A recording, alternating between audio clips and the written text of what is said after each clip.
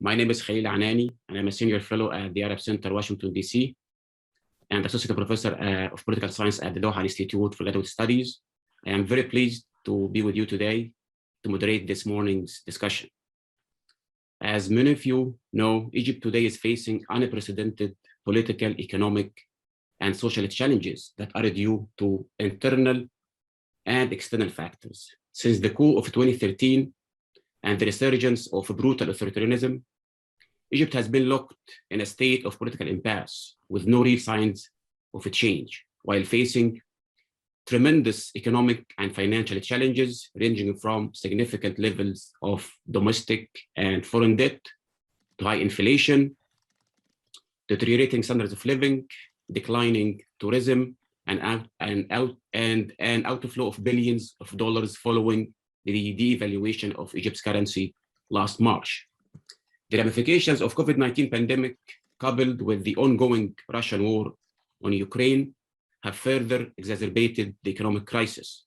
At the same time, Egypt is witnessing a human rights catastrophe as thousands of politicians, activists, journalists, human rights advocates languish in a prison and suffer from inhumane treatment and appalling conditions.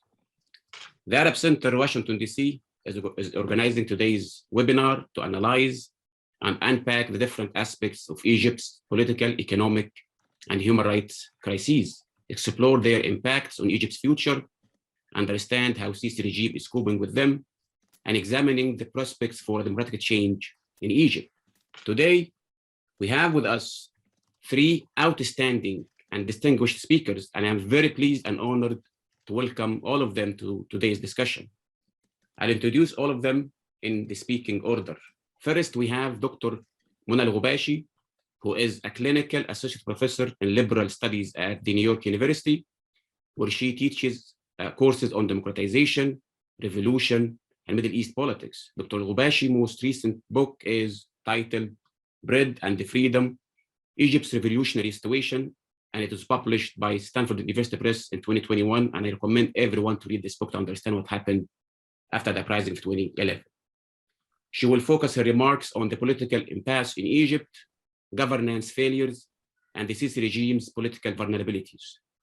Second, we have Professor Robert Springborg, who is a senior visiting fellow and scientific advisor at the Italian Institute of International Affairs and adjunct professor at Simon Fraser University in Canada. He has several publications, among them Egypt, that was published 2018, Political Economies of the Middle East and North Africa, 2020, and both were published by Polity Press. He is also the editor-in-chief of the Handbook of Contemporary Egypt, which is a very great book. I had the chance to read it. It was published by Routledge in 2021. Also, he is the co-editor of the Political Economy of Education in the Arab World. It was published in 2021. A lot of publications, Rob. Rob will discuss Egypt's economic and financial challenges with a focus on the military economy. Last but not least, we have with us today Sarah Lee Whitson, who is the Executive Director of Democracy for the Arab World Now, or DAWN, and a longtime advocate of human rights in the MENA region. Sarah will focus her remarks on Egypt's human rights crisis, the ongoing violations, and the prospects for accountability. I'd like to welcome all three of you and thank you very much for being with us today. So today's discussion format will be as follows. We will begin with 12 to 15 minutes of remarks from each of our speakers, followed by the Q&A with the audience. To our audience, first of all, thank you so much for being with us today. Please use the Q&A feature in Zoom to submit your questions to the panel at any time, or you can email them to this email, events@arabcenterdc.org. You don't have to wait until the end of the event to submit your questions. You can do that while the speakers are giving their remarks. Also, please identify yourself and to whom you are directing your questions. Now I will turn the microphone to Mona to give her remarks. Mona, please. Khalil, thank you so much. Good morning, everybody. Thank you for attending. I'm honored to be in your company. And my charge today is to discuss the political aspect of the Sisi regime now into its 9th year. And what I wanted to do is to provide a analytical characterization of what kind of regime we're looking at when we talk about the Sisi regime, and why it's, or I claim, and many others claim, it's more than just a garden variety authoritarian regime. We know that authoritarian regimes come in many sizes and shapes. They're increasing across the world. In fact, I don't think they've ever really decreased. But one thing I want to argue for in my remarks today is that this isn't just a garden variety authoritarian regime, certainly in relation to Egypt's past history of authoritarianism, but also in relation to other authoritarian regimes. So I'm going to argue that this regime is fundamentally a counter-revolutionary alliance, and that gives it some distinctive features that make it different from the Mubarak era, but also different from other authoritarian regimes across the world today. Three characteristics of counter-revolutionary regimes, and I draw a lot here on historical work on counter-revolutionary regimes in 19th century Europe, in interwar Europe, as well as Latin American counter-revolutionary regimes in the 1960s and 70s.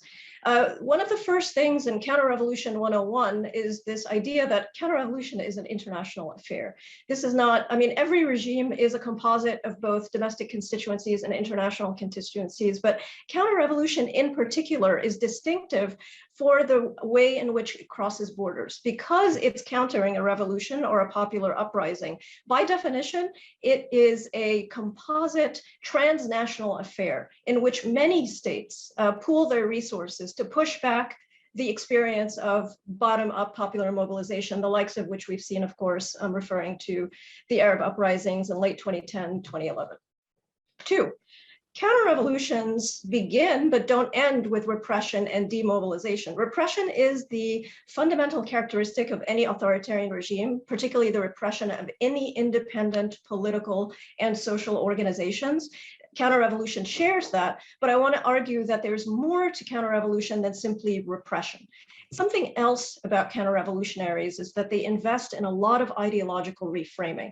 In the field of political science, the field in which I'm most familiar, there's a tendency to dismiss ideology. Ideology is just cheap talk. I want to argue that here, across history, counter-revolutionary regimes invest a lot of work and resources and institutions in changing people's ideas about political authority, part and parcel of their counter-revolutionary raison d'etre.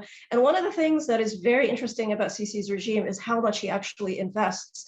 Him, when I say him, I don't just mean the person, I mean the entire publicists surrounding him, the ones he creates, the ones he promotes, how much he invests in changing Egyptians' ideas about political authority and politics, especially coming after the 2011 uprising. First, I don't want to say too much about this. Khalil both alluded to this, and I'm sure Professor Springborg is going to get into this, but one of the ways in which we have to begin to understand this regime and take stock after 9 years is the extraordinary amount of international funds that flow into the country as part of propping up this regime. From who? Well, from the GCC, from international organizations like the IMF, historically also from the United States, which ever since 1979 has funneled 1.3 billion minimum military aid into Egypt, not including also economic aid. And one of the things that's interesting is that there's a cycle. Sisi's regime has survived on a steady inflow of these grants, loans, and as of this year, just 3 months ago, Egypt is asking for a third, although it's exceeded its quota for IMF loans, it's asking for a third loan. And in order to do that, the GCC is once again stepping up, as it did with the 2016 loan, with a further pledge of $22 billion. But this time, the UAE and Saudi Arabia in particular are asking for not just to place deposits in Egypt's central bank to maintain its foreign reserves, but they're also going for state assets, holdings in state assets. That's a very deliberate strategy on their part, partly because of their disappointment with the way that the Sisi regime has made use of the funds that had previously allotted. I wanted to remind folks, both those who are Egypt watchers, but also people who may not remember, how open this, the coup of 2013 was. We tend to think of coups as secretive, as striking all of a sudden. That's the meaning of the term coup in French. But one of the most interesting things about the way in which coups are changing in the 21st century is that they're becoming extremely open, popular by design. They seek popular approbation, and no more than a few few weeks after the July 2013 coup by then Defense Minister Abdel Fattah al-Sisi, the UAE Foreign Minister Abdullah bin Zayed visited Egypt and very openly put this picture of him promoting the youth movement that folks will remember. It was called Tamarrud, that gained signatures to oust Mohammed Morsi in the weeks before his ouster. There was nothing secretive about this. On the other side of the alliance, I found this particular quote by former Prime Minister Benjamin Netanyahu to also be kind of significant. At a New Year's meeting with Israeli diplomats, he wondered and marveled at the extent to which normalization with Arab states, by which he meant both the UAE and Egypt, the extent to which it's unprecedented in Arab-Israeli history, no longer secretive deals, track 2 negotiations. These Arab states, Sisi among them, is very openly embracing and even going so far as to brag about their relationships with the Israeli regime, and the Israeli regime has, of course, reciprocated. The repression and demobilization, I want to rush a bit through this because it is rather familiar, but I still think it's interesting to review because it's rather extraordinary, the extent to which this regime has engaged in repression. What's different about it? The first is preemptive policing. The Egyptian state has always been, of course, notorious for its policing tactics. The 2011 uprising was motivated by police abuses.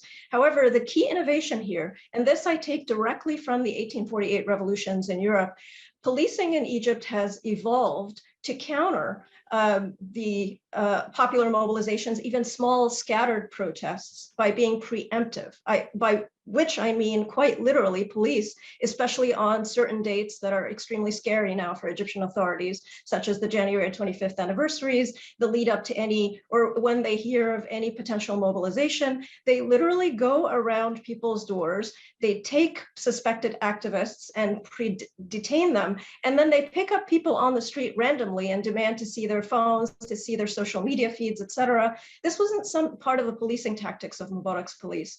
Preemptive policing was a strategy that was devised post-coup to make sure to nip in the bud any potential protest. The idea is you don't wait until a protest actually happens. You don't wait until 4 or 5 people gather on a street corner. You eliminate that, even that possibility of potential assembly. Elections. The Mubarak regime was famous for having, of course, not free elections, but they had semi-competitive elections. Sisi has completely upended that. He has turned presidential elections into plebiscitary rituals or rituals of acclamation, the point being to show popular adulation. Even if it looks very phony and fake, it is extremely important for the regime's image management to show crowds of voters, particularly this idea of women voters dancing in front of polling stations in a very degrading spectacle of apparent citizen love for the leader. But also more importantly, legislative elections have been shut down entirely as an arena of struggle. The last 10 years of Mubarak's rule were characterized by some struggle and semi-competitiveness during elections. The Sisi regime in both 2015 and also recently in 2010 has completely managed the parliamentary arena to the point that now in the 2020 parliament, there is zero dissent, engineered by the intelligence service to take out the handful, I mean, no more than 25 to 30 opposition MPs that were in the 2015 elections, 2015 parliament. Last but not least, I know that many of you and all of us have been watching this extraordinarily wasteful and seemingly irrational shift of Egypt's capital to a 25-kilometer distance in East Cairo at a first phase cost of billions of dollars. Why is this important in counter-revolutionary history? One of the things that counter-revolutionary regimes do first is to immediately exert control over capital cities and all urban centers that were the site of the popular mobilization that posed a direct threat to the governing authorities. So when Sisi builds and moves the entire Egyptian administrative and legislative and judicial structure to an area that is very remote from populated centers, he's following in the footsteps of counter-revolutionaries across history who literally want to remove the regime's vulnerability from all of these people, huge mounds of people who encircled government buildings. Here I want to just show you what many people joke of as, these futuristic over-the-top prestige projects. The regime itself calls its new defense complex the largest defense complex in the world. It, again, looks very much as part and parcel of the corruption of this regime. But again, I want to just point out that there is a logic to this. This is part and parcel of what counter-revolutionary regimes do. Ideology. Changing the way Egyptian citizens, Egyptian middle classes, lower classes, and the Egyptian elites conceive of political authority. The brand of the ideological brand of the Sisi regime is restoring state prestige or Haybat al-Dawla. This idea, again, this is classic counter-revolution 101. If revolutions are about popular sovereignty, if they're about plurality of voices, sometimes to the point of being very chaotic, and indeed it was, the idea here is to restore fear and awe of the state. This goes all the way back to Hobbes's Leviathan in Western political theory, and is very familiar from other historical examples of popular mobilization, such as, for instance, China's Tiananmen Square in 1986.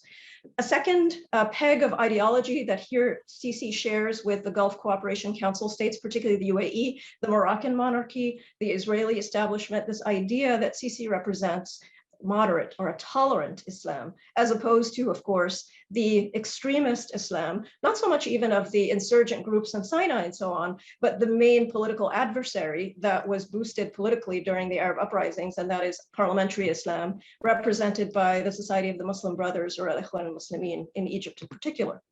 Last but not least, I wanted to draw attention to this. Only Egypt watchers are really focused on this particular idea, but I wanted to draw your attention to a new article in the Constitution in 2019. This is unprecedented in Egypt's Republican history, the expansion of the military's sacral mission.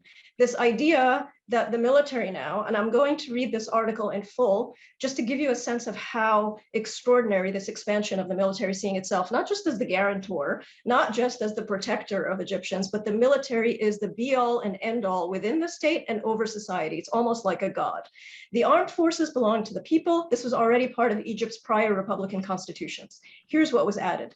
Their duty is to protect the country, preserve its security and the integrity of its territories, maintain the constitution and democracy, the foundations of the civil state, the people's gains, and individual rights and freedoms. I will note, and this is only for scholars of Egypt's judiciary, they care about this, but that last bit, individuals' rights and freedoms, this is a direct usurpation of the brand of Egypt's administrative courts, or Majlis al-Dawla. This had always been and continues to be their raison d'etre. It's even put on their official stationery, the protector of individual rights and freedoms. The military here has literally wrested this historical mission of Egypt's judiciary and given it to itself and constitutionalized it in the basic law.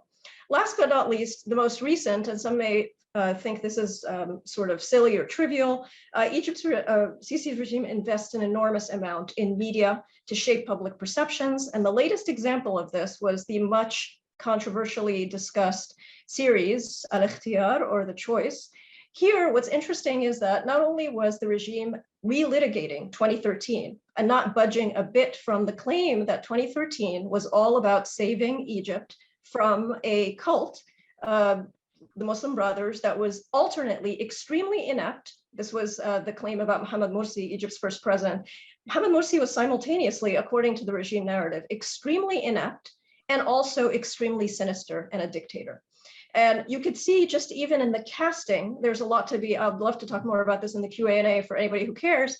In the casting, this was done in an extremely unsubtle way, of course, casting Sisi, the role of Sisi, in a very popular and strapping actor, and then casting Morsi as basically a dope. What's significant about this is the way that the narrative hasn't changed one bit, partly because of the regime's impoverishment and lack of any new development in its ideological apparatus. It has nothing more to say than to remind the Egyptian public that it saved Egypt from catastrophically inept and at the same time dictatorial civilian administration. Okay, now, what is it about this counter-revolutionary alliance? What are the vulnerabilities, as Khalil put it, or the liabilities? Okay, here is the alliance, just to get the discussion going. The peg of course, the international allies, the state coercive agencies, another trinity of military intelligence and police, and the business cronies. Okay. However, what's missing, and this is what makes Sisi's regime, I think, very vulnerable. Unlike other authoritarian regimes and unlike other counter-revolutions throughout history, what's missing from this is any sense of a popular social base. The Nasser regime was famous, and the reason why it continues to have such nostalgia and love in the hearts of many citizens is that it did generate an economic revolution in terms of redistribution, universal healthcare, public employment. As a result of Sisi's utter lack of any kind of broad-based social base, protests have not stopped in Egypt in the past 9 months. These are just, 9 years. These are just the most, the headline grabbers, as it were. Okay.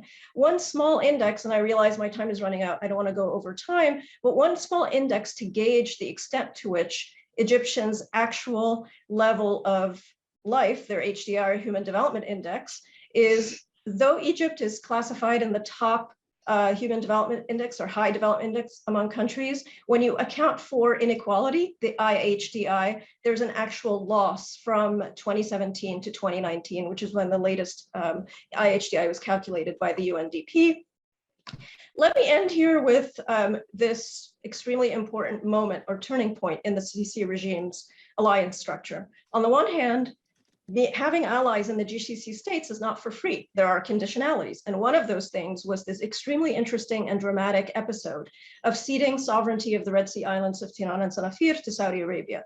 This not only led to the largest protests at the time, domestic protests that Sisi had to face, but what's even more important and significant is that it caused considerable turbulence for Sisi among his security allies. And it generated a real challenge come time for elections in 2018, when the chief of staff, the former chief of staff, Sami Anan, and the number 2 military chief during the uprising in the SCAF, he posed a credible bid to Sisi's re-election, and Sisi quickly arrested him and imprisoned him for 2 years. The significance of this is that there was turbulence within the military allies who were extremely disaffected, let's say, by Sisi's handover of those islands. It was perceived to be a violation of Egypt's sovereignty, and it basically pissed off many nationalist officers, and Sisi was very concerned about this.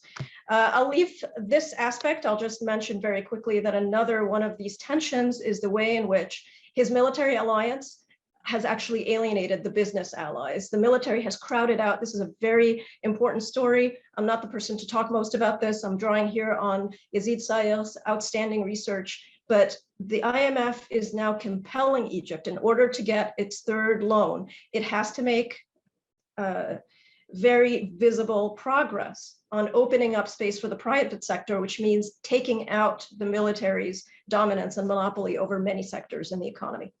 Thank you so much for listening. Sorry to go over a bit over time. Thank you very much, Mona, for these brilliant and insightful remarks. Now we will turn the microphone to Robert. Robert, please. Thank you, Khalil. It's a pleasure to be here from my little hotel room in Berlin. And I also want to thank you, Mona, for taking words right out of my mouth. I was delighted to hear your presentation in all of its detail, but most importantly in the overall conceptualization, in that you are not describing Sisi as a new Nasser or in any way in the legacy of Egyptian authoritarianism, but you've introduced the concept here of the counter-revolutionary. It's a manifestation of a typical counter-revolutionary state, with which I agree. I was going to put forward a different international context for it, which was sort of the new authoritarianism that we were encountering globally, which is remarkably similar to the authoritarianism of the 1920s and 1930s. And indeed, if one traces some of the finer points of Sisi's policy, they seem almost direct copies of the most unfortunate dictators of that era, most notably Hitler in the case of the educational policies. So I'm delighted that you are sort of moving Egypt out of its typically Egyptocentric analytical framework and putting in another one that I think makes much more sense. Now, it still does have, however, sort of Middle East echoes. And the one that I think is sort of most interesting is the idea of Egypt as a rentier state without rents.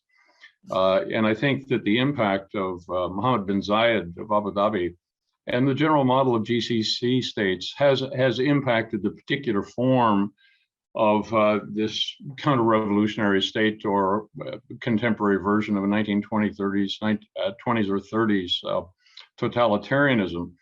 And the new administrative capital, as you point out, is sort of a Haussmann 1870s Parisian version, but it also, it seems to me, is probably pretty reflective of Sisi's interpretation of what the Gulfies have built.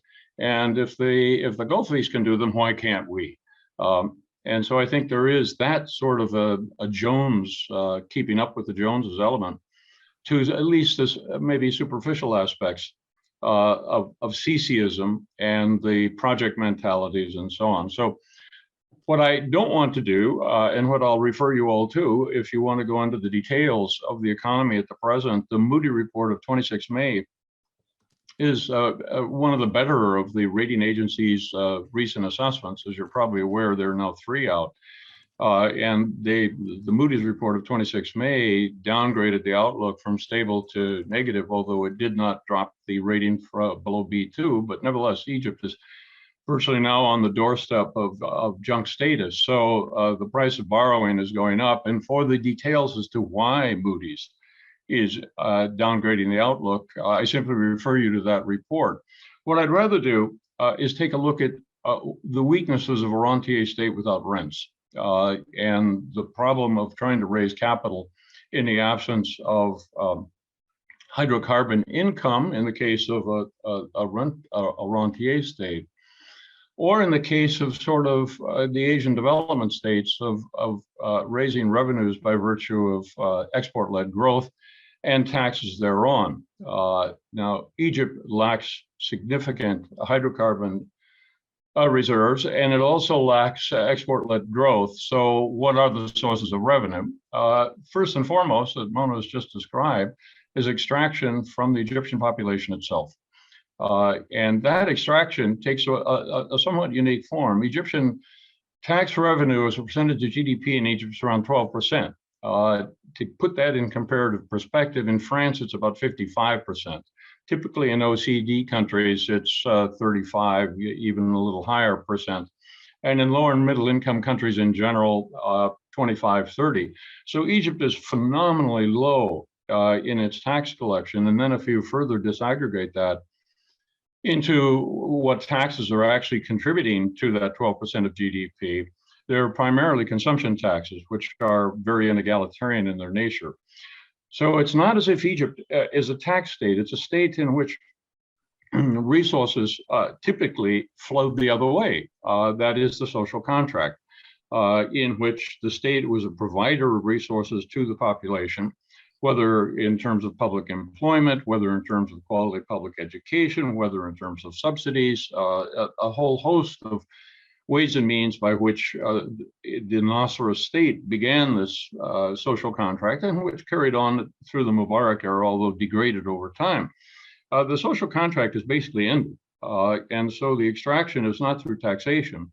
It's through withdrawing the privileges that formed the major part of the social contract. And inevitably, therefore, as Mona was just arguing, repression is required to replace the entitlements that people had felt entitled to, and indeed their parents and then even grandparents had felt entitled to.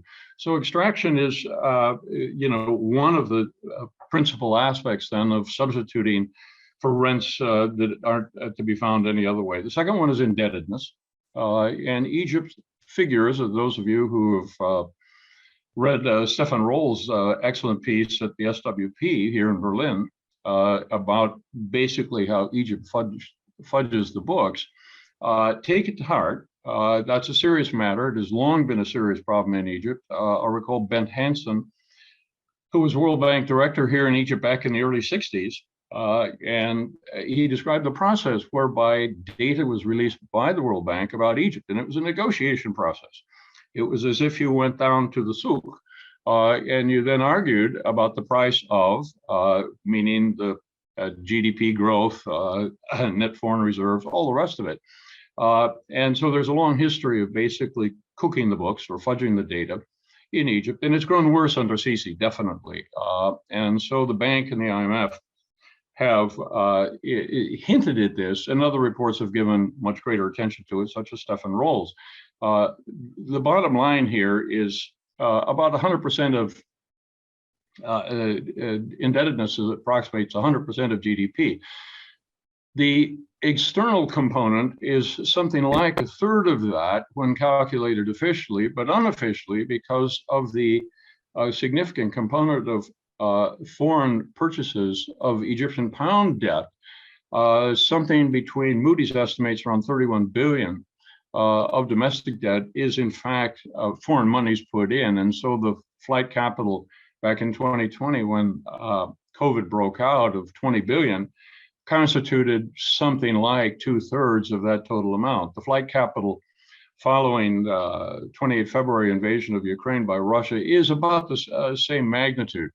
So Egypt is a country which is heavily based upon indebtedness, not just to the international financial institutions. Mona's figures gave 20 billion to the IMF. It is in violation of the ceilings of the IMF. It is the second biggest debtor after Argentina to the IMF. And now it's looking for, the rumors are 2 to 3 billion more from the IMF. And the IMF's conditionality did include the contributions from the GCC that, again, Mona also mentioned. Now, they are insufficient, however, because the purpose of the IMF loan at 2 to 3 billion, it's chicken feed given Egypt's needs, is to legitimate Egypt and its sovereign debt as a source of investment, principally out of London, for investment managers. And Moody's hints at the fact that this is not going to work this time, that the IMF imprimatur is going to be insufficient. And again, as Mona stated, it wasn't as if the GCC was simply placing on deposit at the central bank a $20 billion check, which is what they had done in the past. They were extracting the eye teeth of the Egyptian state economy. There's something like 600 firms in Egypt that are owned directly or indirectly by the state. 2 or 3 of the leading ones, including CIB and Abu Ir Fertilizer and Fowry, a more recently created one, were all picked up, at least the state-owned shares of those companies were picked up by Mohammed bin Zayed as a condition for his extension of funds to Egypt. So if the Emiratis and other Gulf countries are being careful about their loans to Egypt, then you can be certain that the portfolio managers in London are going to be ever more careful. So the idea that the 20+ billion that flowed out since 28 February is going to suddenly start flowing back in, it's not going to happen. Nothing like in that magnitude. And it's not just because Egypt is seen as a high-risk country. It's the 7th highest risk country in the world, according to the Council on Foreign Relations Foreign Risk Tracker Management across 10 different measures of foreign risk, foreign debt risk. But it's not going to happen. So Egypt is going to be cash starved for some considerable period of time to come because there's no major source of revenue on the horizon at all. Now, the third substitute for rents, or the third drag on the economy you can also look on, is the military. And we've just heard about the various privileges appropriated by the military. The drag on the economy, Yazid has provided in graphic detail. It's not just the weapons purchases. Egypt was, over the last 5 years, in each of the 5 years, one of the top 5 weapons purchasers in the world. This is extraordinary for a lower middle income country. No other such country, in my knowledge, has ever done such. So it's remarkable. So there's that drag. There's the drag on the overall economy of the Egyptian military companies that are given these special privileges. And then there's the officer republic that Yazid Saig describes, which is the cabals of officers who are actually managing the economy. And that they are doing so is testified to in part by virtue of the fact that I don't think any of us could name an economist now who's playing a key role in economic planning decision-making. Egypt typically had a stable of pretty high-profile economists with well-regarded, not only in Egypt, but globally. The only one that we can speak of now is Mohammed Muhyiddin, Mahmoud Muhyiddin, rather, who's in the World Bank in a vice presidential role. Who knows? He may go back to Egypt. And one hears stories of his bargaining with the regime about what the terms and conditions of that would be. But in the meantime, the well-known Egyptian economists have basically been replaced by the financial management people that came out of the Ministry of Treasury under Yusuf Boutros-Ghali. These are, yes, economists, but their specialization has been on fiscal issues only. And they are there because they are the guys who are trying to manage the inflow of foreign currency. So this is, the military has decided it doesn't need economists, and no one has described the consequence of an economy that is project driven rather than driven by overall economic conceptions than Amr Adli. And Amr's cleft capitalism is a wonderful idea about the segmentation of the Egyptian economy. This is not an integrated economy, as even say Morocco's is. And if you compare the auto industries of the two countries, the Moroccans are now providing something like 90% of the inputs of cars assembled in Morocco, some 600,000 a year there, 90% coming out of feeder industries in Morocco. Egypt's automobile industry dates to Nasser, far older than that in Morocco, and the local input in the Egyptians is still below 40%. It's never gotten above that. So this is simply an example. In the pharmaceutical industry, 90% of the inputs are imported. So the feeder industries into these larger industries have not been developed. So I'm probably running out of time, and I'd just like to end on the sort of same note that Mona did, and that is, well, what sort of lies ahead? And my thinking about it is conditioned possibly by having worked in Lebanon off and on over the last 3 or 4 years. And it's incredible how the downward trajectory of the Egyptian economy parallels that of Lebanon. Lebanon is further advanced in that decline, but the ways in which the state tries to manage the decline are so remarkably similar. So the banks were closed for 9 days over Idul Fitr. The foreign currency guys don't have foreign currency, so woe be it to the Egyptian wandering around Heliopolis with money changers trying to find more than $100 here or there. The lack of specificity as provided in the new budget is remarkable, and again, parallels exactly what the Lebanese began to do 2018. So it's not looking good. Now, the further evidence of that is what Sisi is doing. And he's doing it both politically and economically. Economically, he's pretending that there is a new order in town. Yes, it's to comply with IMF conditionality, but it's also to signal that there really is some sort of economic planning going on. And this was the reference some weeks ago to the state withdrawing from some 79 sectors of the economy and then sharing another 40 sectors and controlling entirely some 30 of them. Where this list came from, who compiled it, what the rationale is for it, none of that is there. And so it looks like exactly the sort of thing that McKinsey did in Lebanon back in 2018, trying to win support from Lebanon's friends in the Paris Club. At the political level, it seems to me the equivalent of this sectoral privatization approach that has been announced is the national dialogue. And again, we're back. This takes us back to the 1980s when a whole host of Arab governments decided they were under pressure because of declining oil revenues and rising discontent to hold national dialogues to sort of take some of the steam out of the political system. And that's precisely what's intended here. But the concessions being offered by the regime for participation in that dialogue are so absolutely minimal that the only significant force has already refused to participate in it. And so neither on the political front nor the economic front are sufficient concessions being made to deal with either the economic or the growing political tensions.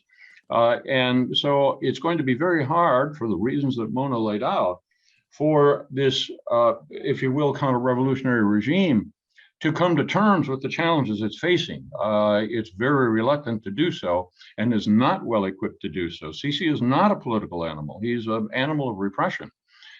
He is not an ideological figure. He does not engage in politics. And yet this is precisely the time when it's needed. So I think the economy and the polity are so totally intertwined and leading in the same direction that Egypt is facing very difficult times ahead. Thank you. Thank you so much, Rob, for this another brilliant presentation, particularly the idea of Egypt as an inter-state without rent. Excellent point. I think it will raise a lot of questions. Now we will move to the third speaker, Sarah Whitson. But before that, I'd like to remind our audience to submit their questions either on the Q&A feature on the Zoom or through email to events@thearabcenterdc.org. Sarah, the mic is yours. Thanks, Khalil. I should just start by noting that I'm so honored to be on this panel because I'm here with my former professor at UC Berkeley, Bob Springborg, and I have to credit Professor Springborg for putting me on a path to a passionate interest and focus on Egypt, and really great to be on this We panel. should thank him for that. I am doing that. So it's a moment of contrasts in Egypt, with the developments in the country pointing in what I see as very conflicting directions. The crisis in Ukraine has certainly magnified the country's economic crisis, but I think it's also delivered resounding political gains for the Egyptian government regionally and internationally. I want to touch on some of these domestic developments about which you've just heard my far more knowledgeable co-panelists speaking about, but then turn to some of the regional and global developments which I see as a boon to the Sisi government, really in some ways a lifeline for the Sisi government, and evaluate in particular US and EU policy towards Egypt since 2020 with the arrival of the Biden administration, which I think for some held out a nanosecond of hope that there was going to be a change in US policy. But before I do that, I wanted us to take note of two very sad anniversaries this month. One, the untimely death of President Mohamed Morsi during his imprisonment in Egypt in very harsh conditions, as well as the anniversary of the death of Sarah Hagazi, political exile who was forced to flee Egypt following her incarceration, torture, and brutal mistreatment at the hands of the Egyptian authorities. These are obviously people with two very different ideologies, two very different beliefs, two very different backgrounds. President Mohamed Morsi, a leader of the Muslim Brotherhood, Sarah Hagazi, who was in effect a leader of the LGBTQ community in Egypt, two people who were very invested in democracy for the country and paid dearly for their aspirations, for their work, for their struggles. I think it really highlights very clearly that the persecution in Egypt is not about political ideology. It's that no one is safe in Egypt. And I want to use this platform now to call for the release of detainees who get very little international attention, perhaps because of their families or their own political backgrounds. And I very much pray and hope that they are released before they suffer the same fate of President Mohamed Morsi and others who have died in custody in Egypt. That includes Anas al-Baltagi. We just issued a report on his detention this week. He's been held for 9 years since the age of 19 without any serious prosecution against him, any evidence against him. It's unbelievable miscarriage of justice that this young man is wasting away the best years of his life in prison. Former presidential candidate Abdelmunim Abdel Fattah, who was just sentenced to 15 years in prison.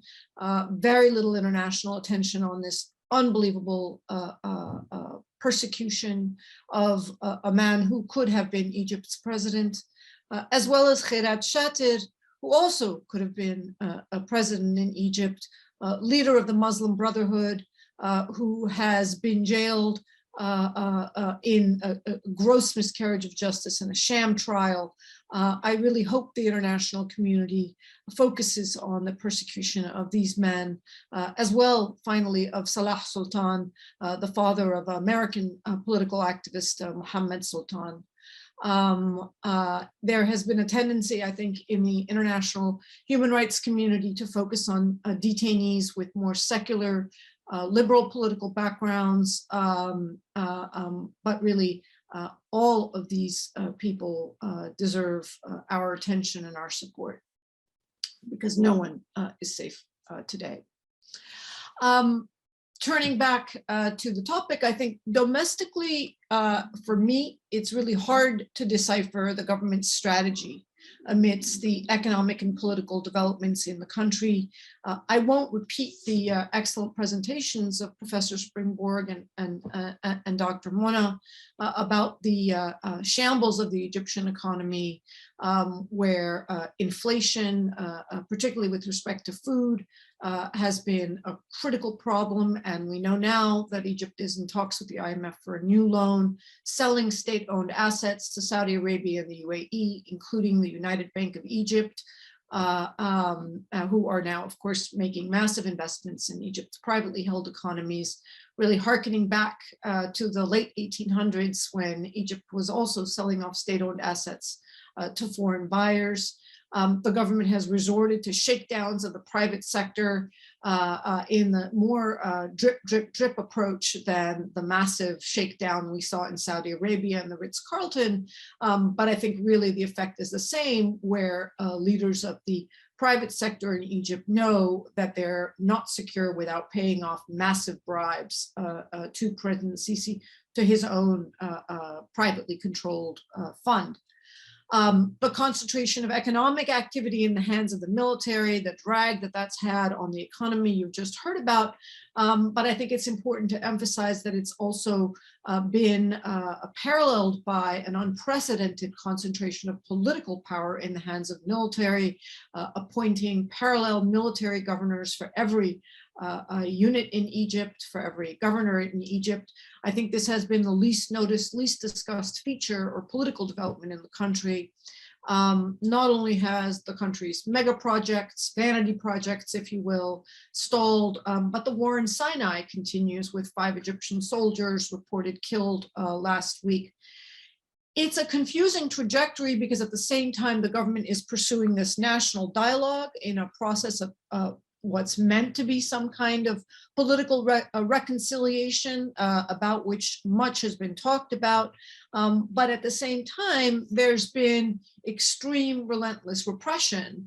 The principal tool for this repression is a weaponized judiciary with prison brutality and cruelty that honestly, to this day, takes my breath. For every testimony that we gather, every family member who weeps, recounting seeing their loved ones endure horrors in prison. Despite this, despite widespread and systematic torture, crimes against humanity, we are being asked to believe in the sincerity of this national dialogue, which promises not only prisoner releases, but new prisons to supposedly to alleviate the horrors of Egypt's existing dungeons.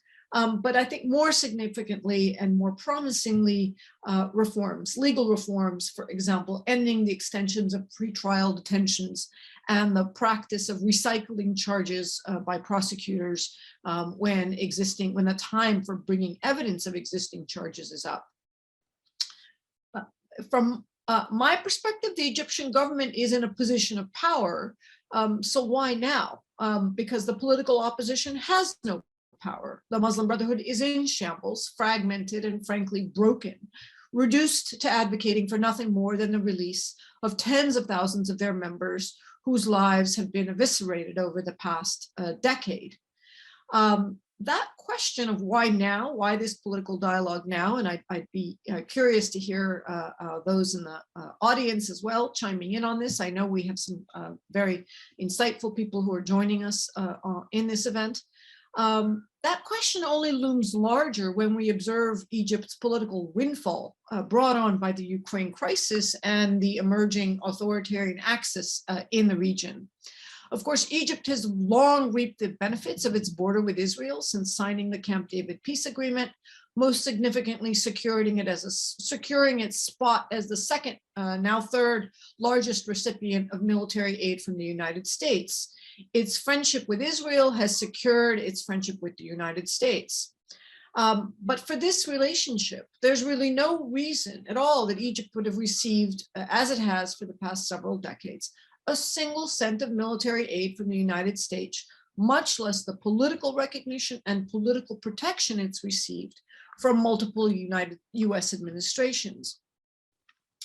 Early on in the Biden administration, it was the Palestinians who saved the government in Egypt from a potentially precarious relationship with the Biden administration, because as you'll recall, candidate Biden had promised to end the black checks to Sisi, end the cozy relationship with the dictators, as he promised to recalibrate America's relationships with autocratic regimes in the Middle East.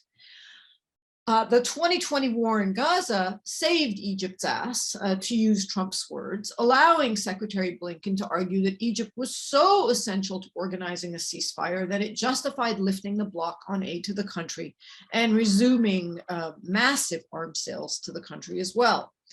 We had the theater of Egypt appearing to organize negotiations between Hamas and Israel and the PA in Cairo, as if a ceasefire was something that only Hamas had rejected, as if the United States had not blocked 4 ceasefire resolutions at the UN Security Council to allow Israel to continue to bombard Gaza on its schedule, on its calendar, to its heart's content. It was on the heels of this manufactured diplomatic effort of Egypt that the Biden administration waived the block on 170 million of the 300 million in military aid that Congress had conditioned, unable to remove a block on 85 million that was unwaivable. Blinken watered down the conditions on the remaining 130 million, such that it became a mere list of 16 names of detainees, as if even all of their releases would have any real significance beyond the particular families of these detainees, and who would not immediately be replaced, as we've seen with dozens of new political detainees, each of whom is a new bargaining chip that the Egyptian government uses to extract more concessions from the United States. I want to warn again about making the release of political detainees the singular focus of advocacy by American advocacy groups in particular.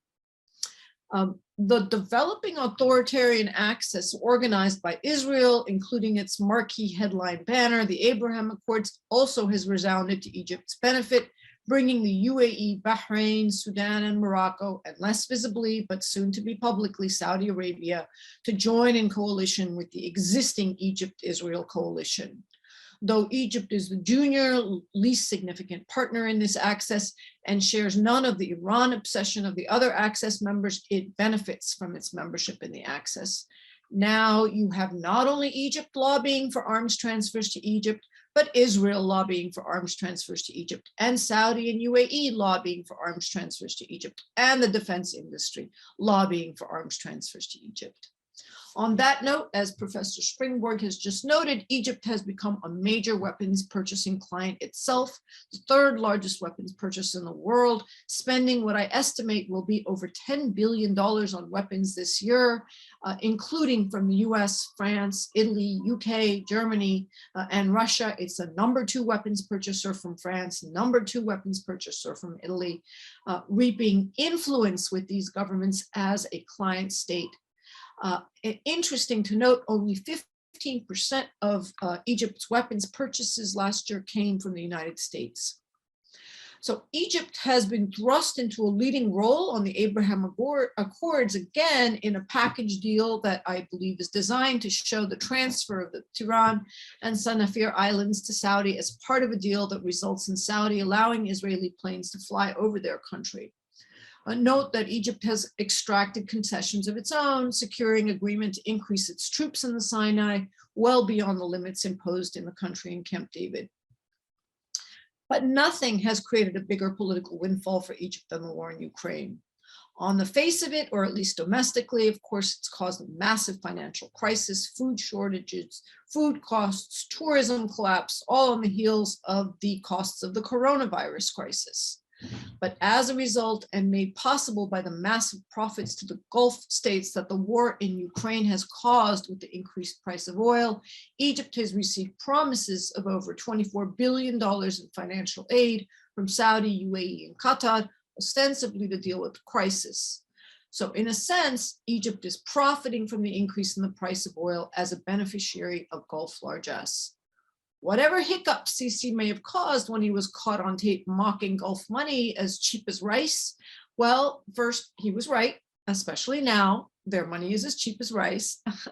And B, these states, these counter-revolutionary states, these counter-revolutionary allies can't afford another 2011 in Egypt. So I do believe they will keep paying. Whether that money is delivered, how it's delivered, when it's delivered remains to be seen. But this is certainly, if not an immediate economic win for Egypt, it is a serious political win for the for the Sisi government.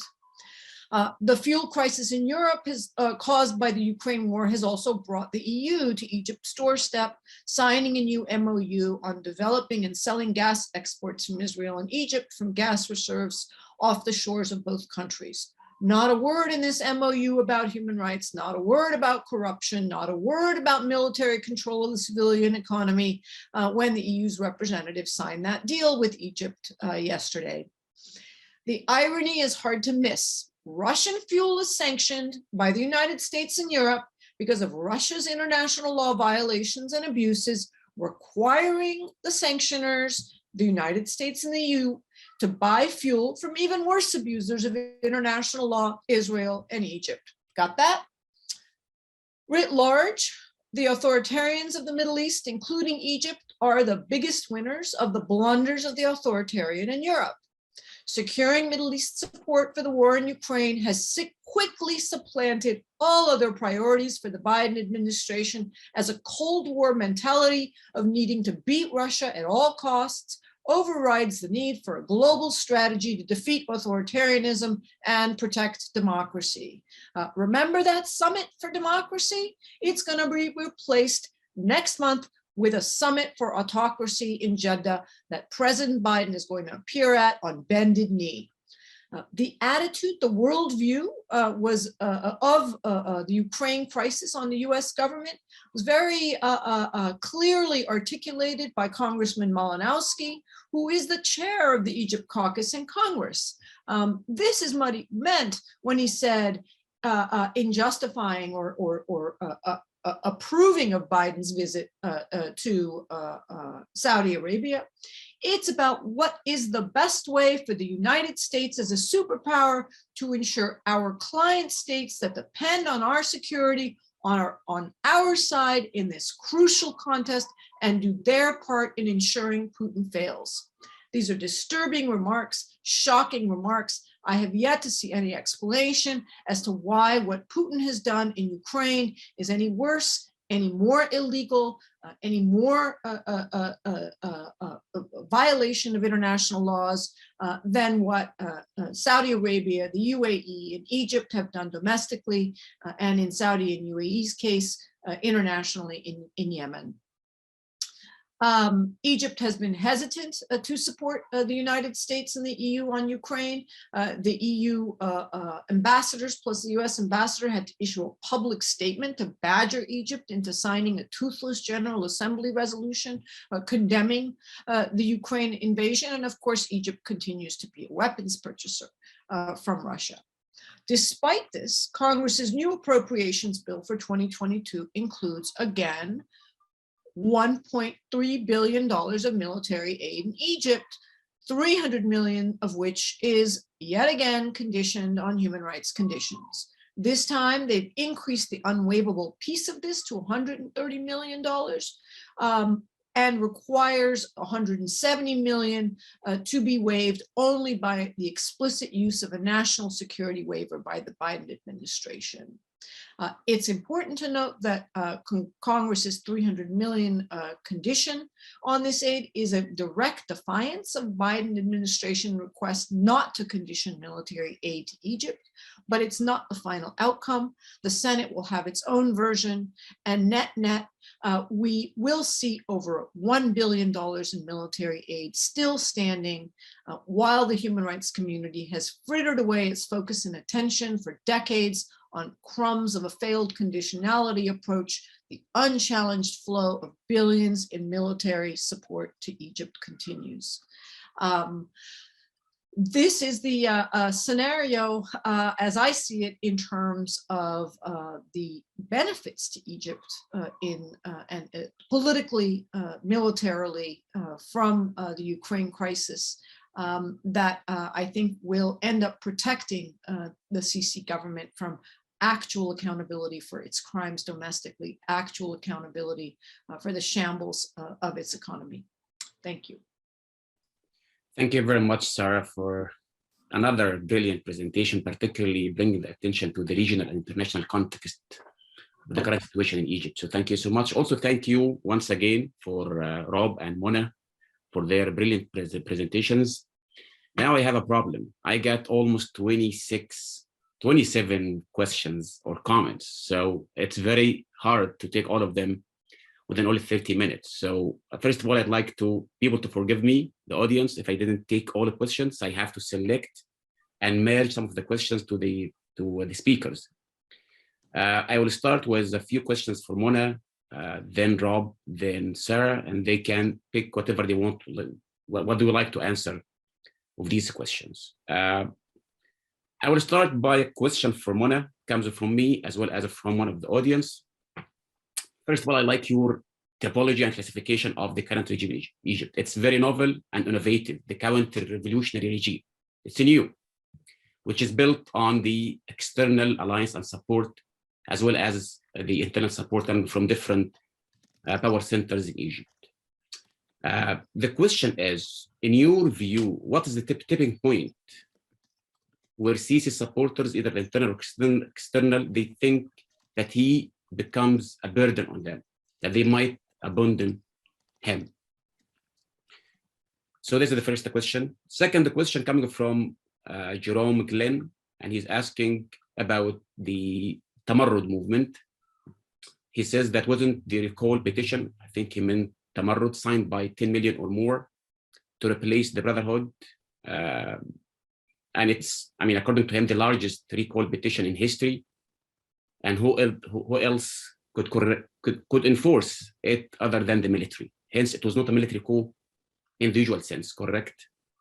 Another question coming from Nada Ahmed, very good question. Do you think this unprecedented expansion of the military in Egypt's public sphere is the beginning of its fall? And this might be one of the vulnerabilities that you talked about earlier. A question coming from Mr. Abu Bakr Ziad and Mr. Gins Endin about the Brotherhood. To what extent we can compare the Sisi regime to the Brotherhood? And to what extent also you can elaborate on this, how the state in Egypt shapes moderate or tolerant Islam, and will the Brotherhood be the most dangerous actor to usurp control of the country, or it is very unlikely? The last question for Mona, coming from Professor Elizabeth Thompson, about if you can elaborate more on the parallel between the counter-revolution, the financing of counter-revolution of 1848, or even after the Second World War. This might need another, I would say, lecture, but if you can elaborate on this. To Rob, I have also 3 or 4 questions. Again, you can pick whatever you want. I like the idea of that Egypt is a rentier state, but without trend. Mainly, it depends on the money coming from outside. And this also connected to Mona's question about what extent the Gulf countries can remain supportive of the Sisi regime. Or at some point, they might think, no, this is enough, and we cannot have support anymore because this regime is not anymore beneficial to us. I mean, it has to be some point that this regime can become a burden on these countries. Or at least, I think if you can see, he got billions of dollars for them over the last 8 years, and he still needs more. A question coming from Mr. Hafiz Sami: how combat ready is the Egyptian armed forces today?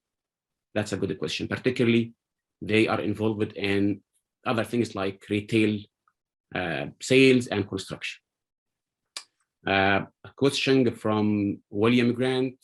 Also, he speaks about the Egypt's defense and military expenses. How can you explain, despite all these expenses on the military, how can you explain the inability of the Egyptian army to defeat the insurgency in Sinai? Question from Mr. Mohammed Al-Shinawi, Voice of America. He says, how could be the future of the regime if more Egyptians are joining the poor because of inflation and the lack of services? Again, this is a question about the economic and social situation in Egypt. For Sarah, the question about what are the Egyptian population sentiments towards these macro impacts and towards the Sisi himself? I mean, the economic and social problems that he's facing, to what extent this might affect the regime stability. Also, I have a question for Sarah about the recent release of some of activists and journalists and politicians. To what extent this is a sign for an opening, or it's just a cosmetic kind of a change, as you might think. The last thing, to what extent do you think conditionality on the military aid to Egypt is a viable option for the US or for the international community? You have the freedom to pick whatever you want from these questions and answer them. We only have, I would say, 20 minutes. So I'm going to give each one of you, I would say, 5 to 6 minutes before we end the webinar. We'll start with Mona. Please go ahead. Thanks so much, Khalil, and thanks to everyone for your questions. I'm monitoring them. These are very tough questions. Let me take the cluster of questions that I think everyone has on their minds right now. As Khalil put it, what is the tipping point? I really do think that we are at a crossroads. I named my presentation A Counter-Revolutionary Regime at the Crossroads because I think there's evidence for both pathways. So let me start with Sarah's thesis, and I happen to be very much in Sarah's camp in terms of let us not underestimate the strength of this regime. The whole point of a counter-revolution is that other regimes perceive their own survival as linked to this regime. So when we talk about when is it that Sisi's allies may lift their hands and maybe lift their support, you have to also know that the Gulf countries and Israel, their nightmare was the Arab uprisings. They really did think that this meant the end of their state project, what they have been working for since in Israel in 1948, that is to evade the Palestinian issue and to go directly to Arab states, and for the Gulf countries ever since British pullout in 1971, their whole model, as Robert Springborg kind of alluded, their whole model of we can just create cities in the desert. We have unlimited financial inflows. The Arab uprisings were the worst nightmare. So I don't think, I think it would be a kind of wishful thinking for us to think that economic crises, no matter how serious, would give us all, especially those of us who are appalled by the Sisi regime and never cease to be appalled by its abuses and its sheer predatory character, for us to think that, oh, maybe, you know, here we are seeing a concatenation of crises, and this could be the beginning of the end. I just want to caution, and I'm saying this to myself more than anyone else, I just want to caution that this regime has a lot of foundations, because think of the way that they're thinking. What is the alternative? One way I can think of it is that for them to say, okay, Sisi as a person has his expiration date is here. He's not, as Bob Springborg pointed out, he is not an economic mind in any way. He has no even a strategic sense. He is a military bureaucrat.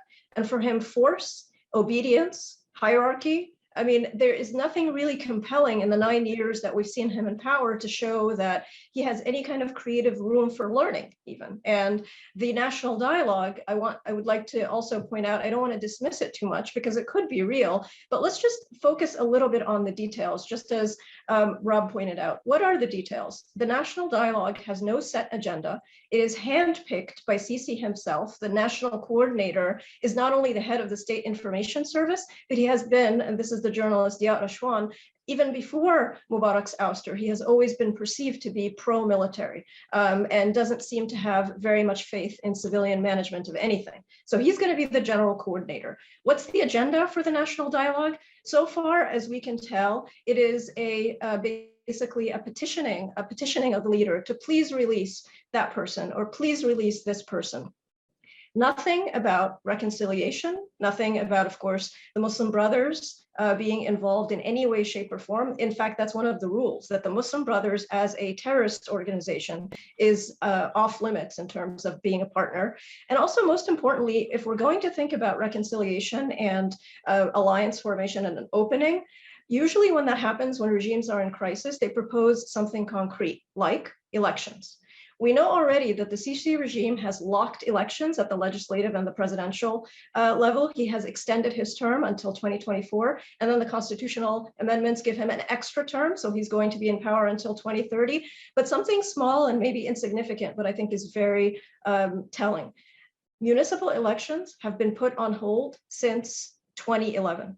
There isn't a word about municipal elections. The Chinese regime, an authoritarian model that is successful, has actually used municipal elections as a way to both let off steam, but also to give a sense for the regime's cronies to compete amongst themselves and give more monitoring capacity to the regime. The Sisi regime simply cannot abide any sense of an even municipal competition at that level. So I just don't see what the point is in terms of the agenda of this kind of national dialogue, other than it being, as Khalil pointed out, it's decorative, or it's yet another manifestation of this patriarchal attitude of Sisi, that he is magnanimously giving people a chance to speak to him. You know, as a military leader, he has often said, and quite seriously, that people should not be talking about what they don't know about, that people shouldn't talk about specific issues, that they should only listen to him. I mean, just his general attitude as a person is rather stunning in terms of how he actually doesn't give any credence to civilians or even to his military compatriots. So I don't want to say too much, but I just do want to remind the audience that if we're going to be thinking about tipping points and crossroads, you want to have a serious balance sheet. So on the one hand, here are all of the reasons why Sisi's adversaries are vested in him, because it is a matter of their own existential political survival. Last but not least, I will not totally rule out an extrication where there could be a replacement of perhaps a younger, less politically spent military personality that they might try to replace and give Sisi an honorable exit. I don't know what that would look like, but that is also not far off. But I just don't see. And here I'm making the same mistake I did in 2011 when a journalist asked me in the first 4 days of the revolution, is this going to happen in Egypt? And I said, Egypt is not Tunisia. And then, of course, look what happened. So I'm never again going to prognosticate. Thank you very much, Mona, for this, again, another round of insightful remarks. Let's move now to Rob. Rob, if you'd like to comment on the questions, please go ahead. Thanks, Khalil. To go back over the question that Mona addressed, at least in part, is if and when the GCC might give up on Sisi, and I think the answer is never. Clearly, there are disagreements of a tactical sort, and they have to do normally with foreign policy matters, such as Egypt's role in the Yemen, Egypt's role in Libya, which in both cases has been at odds, at least in some measures, with what Mohammed bin Zayed would prefer. So I think the GCC position is we have to keep Egypt on a tighter rope. And I think this shift from deposits in the central bank of those some 20 billion to purchases of assets is part of that. So in future, I think we'll see that the assistance provided by the GCC will be more conditional, as if they were a traditional aid granting agency, in which conditionality has always been part of the deal. And so Sisi's maneuverability, I think, is going to be gradually reduced. Now, what would change his capacities to deal with the GCC in a more equal partner sort of a way? One would be economic, but we've written that off because of its the profound economic dependency brought about by debt and everything necessary to produce that debt, high interest rates, a fixed currency, which they cannot sustain any longer, and so on. So that's not going to happen. So then it's the military, because Egypt, after all, has the largest Arab military force. The question is, what is this doing? And that takes us to the related question of why can't they put down the insurgency in the Sinai? And at a sort of semi-apocryphal level here, I recall one key figure in the American military who had worked many years in Egypt when he was addressing this question. And he said, look, when the chief of staff is concerned primarily with the economic welfare of the military, then the officers and everyone further down the line focuses on the economic interests not only of the institution, but of themselves within it. And that's precisely the problem in Egypt, namely that it's clear that the focus of and then at that time it was Minister of Defense Mohammed Hussein Tantawi, that, military performance is not an essential part here. That's not an essential part of how things work. So if we look at training, if we look at maintenance, if we look at procurement policies, it's shambolic, to be perfectly frank with you. This Air Force is comprised of F-16s at the core of it now, which go back to the early Mubarak era. They have just agreed on a sale of a squadron of F-15s. There are now 2 squadrons of Rafales. There's Sukhois, there are MiGs. You have an inability, if you just had F-16s, which they began with, forget the old Soviet stuff, they would still be having problems. The quality of training of pilots on F-16s in Egypt is among the world's worst. The crash rate among the world's worst. So this is a military that is not performing its duty. It could not be trusted in Yemen. It could not be trusted in Libya. And the evidence of that is provided by American military officers who've been working now since the early 1980s in a matter and having great frustration in so doing. So I don't think that either the economic capacity nor the military capacity is going to give Egypt anything like an equal status with the Gulf. So they're going to have to continue to take whatever the Gulf hands out, and the Gulf will hand out enough to keep the regime going. More than that, they won't. They're not particularly interested in empowering Sisi. They want some benefits from it, but as Mona argues, what they don't want is revolution spreading at home. And that's the very key factor for them. As far as the military's impact on the economy, look, it's almost impossible to know the precise details of that, and no one has worked harder on that than Yazid. And if we take Yazid's bottom line is, we don't know. We can't tell exactly in dollars and cents, what the balance sheet of any individual company is or the military economy as a whole. So I just beg off after Yazid spent years working on that question, he still can't answer. And then finally, the impact of poverty. I think we have to liken poverty to the magma of a volcano. And we know it's there. We know it's sort of boiling away. But how do you predict the time of the eruption? And just like seismology, I think political seismology in Egypt is very difficult. Maybe the analogy is to Iran in the late 70s. And there was much discussion at that time of the potential instability in Iran. And the answer was to it that, well, look, the Shah has the support of Russia, he has the support of China, he has the support of America, he has the support of Europe, he has Slovak, he has the support of his own military, and so, malish, not to worry. And in the meantime, the magma was heating up and we know what happened. Now, the difference is that the discontent of the Iranians was mobilized by virtue of a revolutionary leader, the Ayatollah Khomeini, who understood that if you wanted to change, you had to break the back of the military.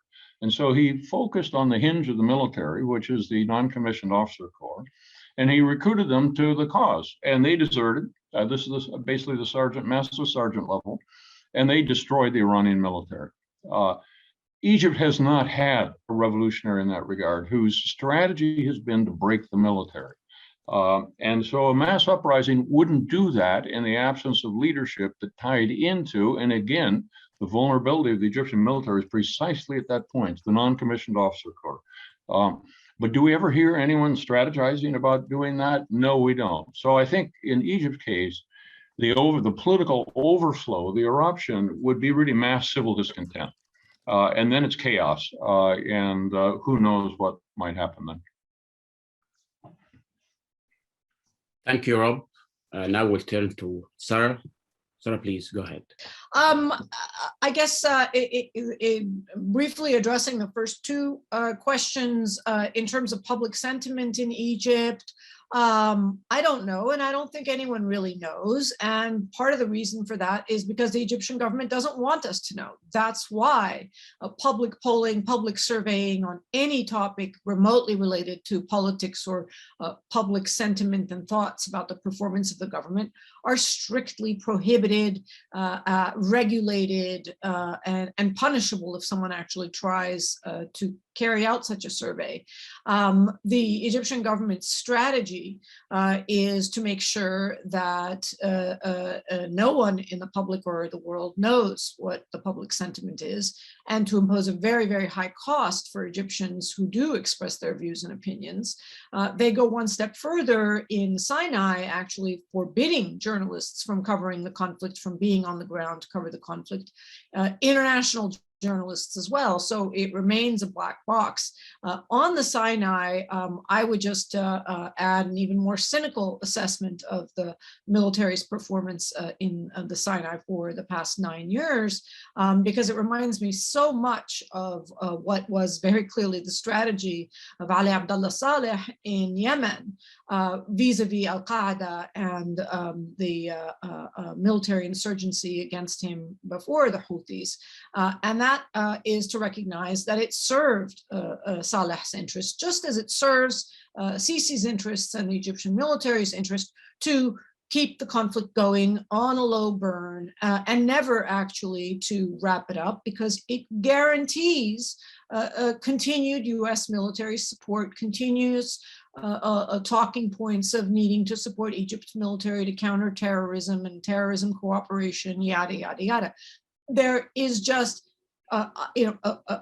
there isn't, the two answers are equally damning, but I would say one is morally more damning. Either they're completely incompetent, and we all know that the massive fighter jets that they've been acquiring are useless in the conflict in Sinai, but they're so utterly incompetent that they haven't been able to extinguish less than 10,000 fighters in a flat, wide, open territory of the Sinai, where it's not like it's not like the Afghanistan mountains where they could be hiding, or that there is a more nefarious effort not to end the conflict there, and the lack of transparency, the closing off of information, should lead one to lean into the more cynical assessment.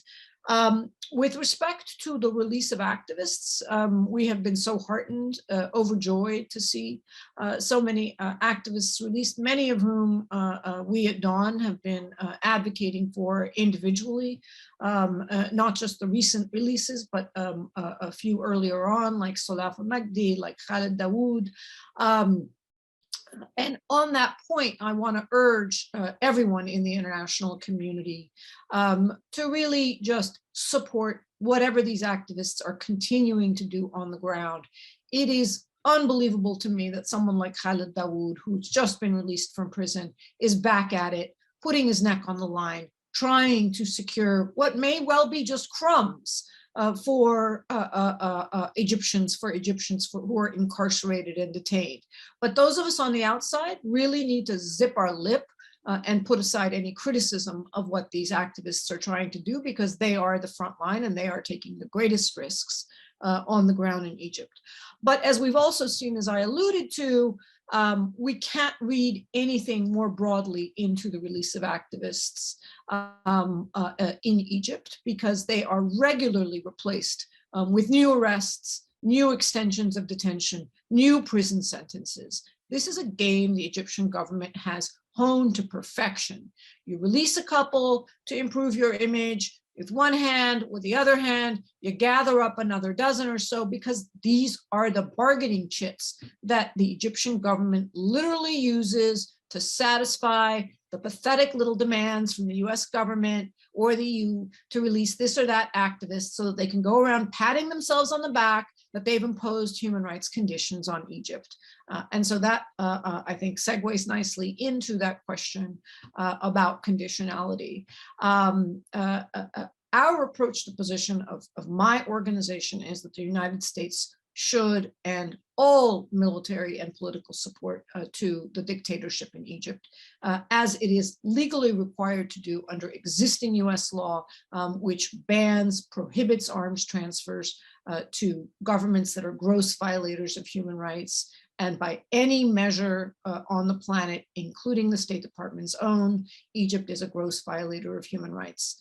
The problem with an approach that has been the routine practice of the American foreign policy advocacy community and human rights community to demand that military aid be conditioned on this or that reform is that it starts by saying, yes, okay, give them $1.3 billion in aid, but condition 10 cents, 5% on these or that cosmetic reforms. This isn't only a sham in terms of Egypt when we see year after year, the situation of human rights is not getting better, it's getting worse.